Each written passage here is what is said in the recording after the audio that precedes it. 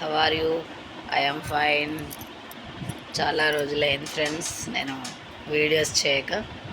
ఈరోజు ఒక అంశం గురించి, ఇది జనరల్గా నేను నాకున్న అవగాహనతో నేను మాట్లాడుతున్నటువంటి అంశాలు. ఇందులో నేను మాట్లాడినటువంటి అంశాలలో మంచి చెడుతో ఆలోచించి అవగాహనతో నాకున్న నాలెడ్జ్తో మాట్లాడడం తప్ప ఏం లేదు. జస్ట్ నా భావాలని నా మనసులో ఉన్న ఆలోచనలని నా భావాలని మీతో షేర్ చేసుకోవడం కోసమే నేను ఈ వీడియోస్ అనేటివి సెండ్ చేయడం జరుగుతుంది. ఎందుకంటే మనము కమ్యూనికేషన్ ఇతరులతో మనం షేర్ చేసుకోవాలంటే మనకి సిటీలో అలాంటి అవేర్నెస్ లేదు, అలాంటి కమ్యూనికేషన్ లేదు. మనకి యూట్యూబ్ అనేది, సోషల్ మీడియా అనేది ఒక ప్లాట్ఫామ్ కాబట్టి ఇది ప్రతి మనిషికి కూడా భావ ప్రకటన స్వేచ్ఛ హక్కు ఉంది కాబట్టి ఆ విధంగా సమాజానికి పడేటువంటి సందేశాలు కానీ మాట్లాడే విధానం కానీ ఏదైనా చేయొచ్చు. సమాజానికి ఒక మంచి సందేశాన్ని ఇచ్చే విధమైన ఆలోచనలు, భావాలు, వీడియోలు, అంశాలు ఉండాలి తప్ప సమాజాన్ని పెడదారిన పెట్టే విధంగా ఏ వీడియోస్ కానీ, ఎలాంటి ఒక ఇమేజెస్ కానీ, ఎలాంటి ఒక చెడు అనేది ఉండకూడదు. కానీ నేటి సోషల్ మీడియాలో కానీ, నేటి సమాజంలో చాలా చెడు ఎక్కువ ప్రభావితం అవుతుంది. సో ఇక్కడ నేను మాట్లాడేటువంటి అంశం ఏంటంటే, నా మనసుకు వచ్చినటువంటి ఆలోచన, ఇప్పుడున్నటువంటి పరిస్థితుల్లో కమ్యూనికేషన్ అనేది చాలా ముఖ్యం. కానీ మన కుటుంబ వ్యవస్థ కానీ, సమాజంలో కానీ, విద్యా వ్యవస్థ కానీ, రకరకాల పొలిటికల్, సాంఘిక, సామాజిక, ఆర్థిక అంశాలని పరిశీలించినట్లయితే అన్ని రకాలుగా సమస్యలే ఉన్నాయి.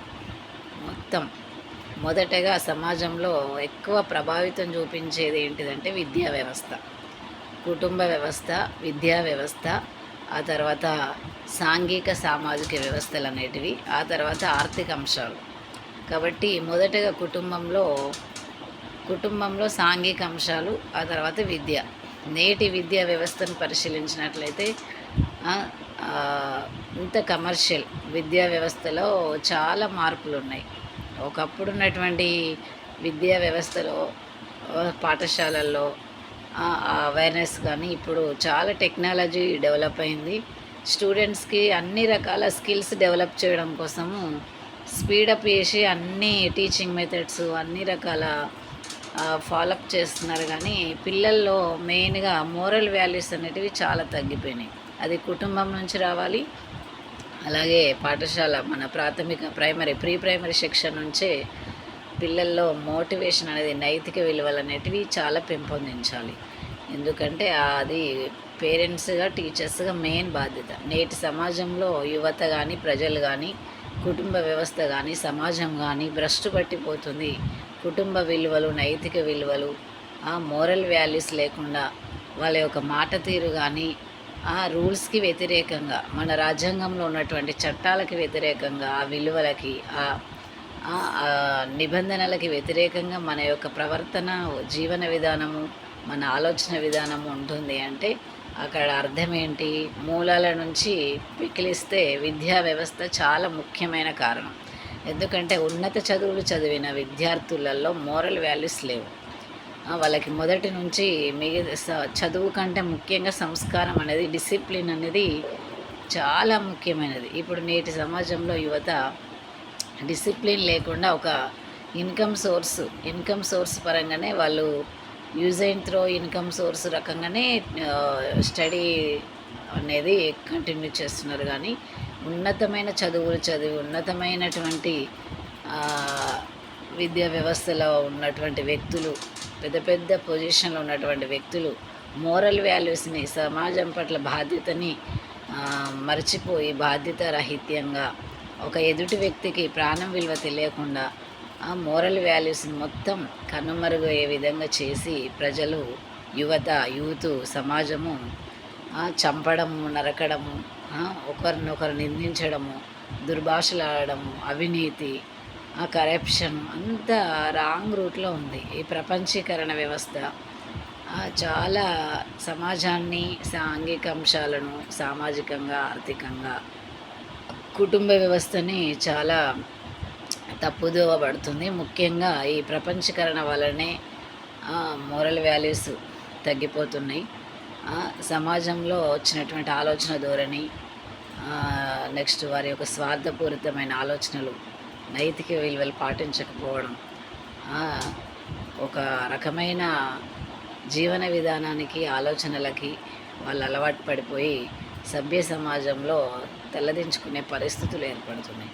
ప్రతి భారతీయ పౌరుడికి కూడా మనకి రాజ్యాంగం, మన భారత రాజ్యాంగము చాలా సుదీర్ఘమైన లిఖితపూర్వకమైనటువంటి అది రాజ్యాంగము.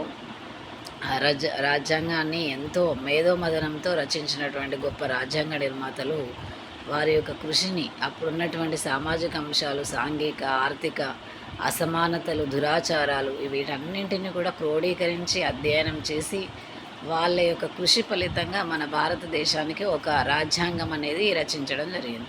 మరి ఆ రాజ్యాంగంలో ఎంతో విలువైనటువంటి అంశాలు, ఎన్నో నిబంధనలు, ఎన్నో అధ్యయనాలు, ఎన్నో షెడ్యూల్స్, ఎన్నో రకాల అంశాలని క్రోడీకరించి సమాజ దృక్పథానికి, సమాజానికి ఉపయోగపడే విధంగా అనేక అంశాలని అన్ని రకాల వర్గాలకి, కుల మత వర్గ భేదం లేకుండా సమసమాజ నిర్మాణం కోసం, ప్రజాస్వామ్య విలువలని పెంపొందించడం కోసం, అందరికీ సమాన అవకాశాలు లభించడం కోసం, అందరికీ విద్యా అవకాశాలు కల్పించడం కోసం, ఉచిత నిర్బంధ విద్యా అవకాశాలు పెంపొందించడం కోసం, అనేక భాషల యొక్క ప్రాధాన్యతని, భిన్నత్వంలో ఏకత్వం, లౌకికవాదం, సామ్యవాదం, ఇలాంటి ఎన్నో అంశాలని, మత స్వేచ్ఛ, భావ స్వేచ్ఛ, జీవించే స్వేచ్ఛ, ఇలా రకరకాల నిబంధనలు, ఎన్నో అంశాలని, ఆర్థిక స్వేచ్ఛ, ఇలా రకరకాల అంశాలని మన రాజ్యాంగంలో పొందుపరిచారు.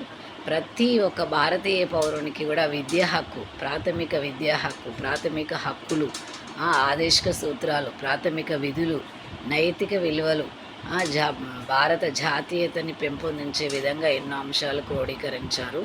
అలాంటి మన భారత రాజ్యాంగంలో ఉన్న విలువలను మరచి మన సభ్య సమాజం పెడదారిన పెడుతుంది. ఇవన్నీ మనం గ్రహించాల్సిన అవసరం ఉంది ఫ్రెండ్స్. Thank you.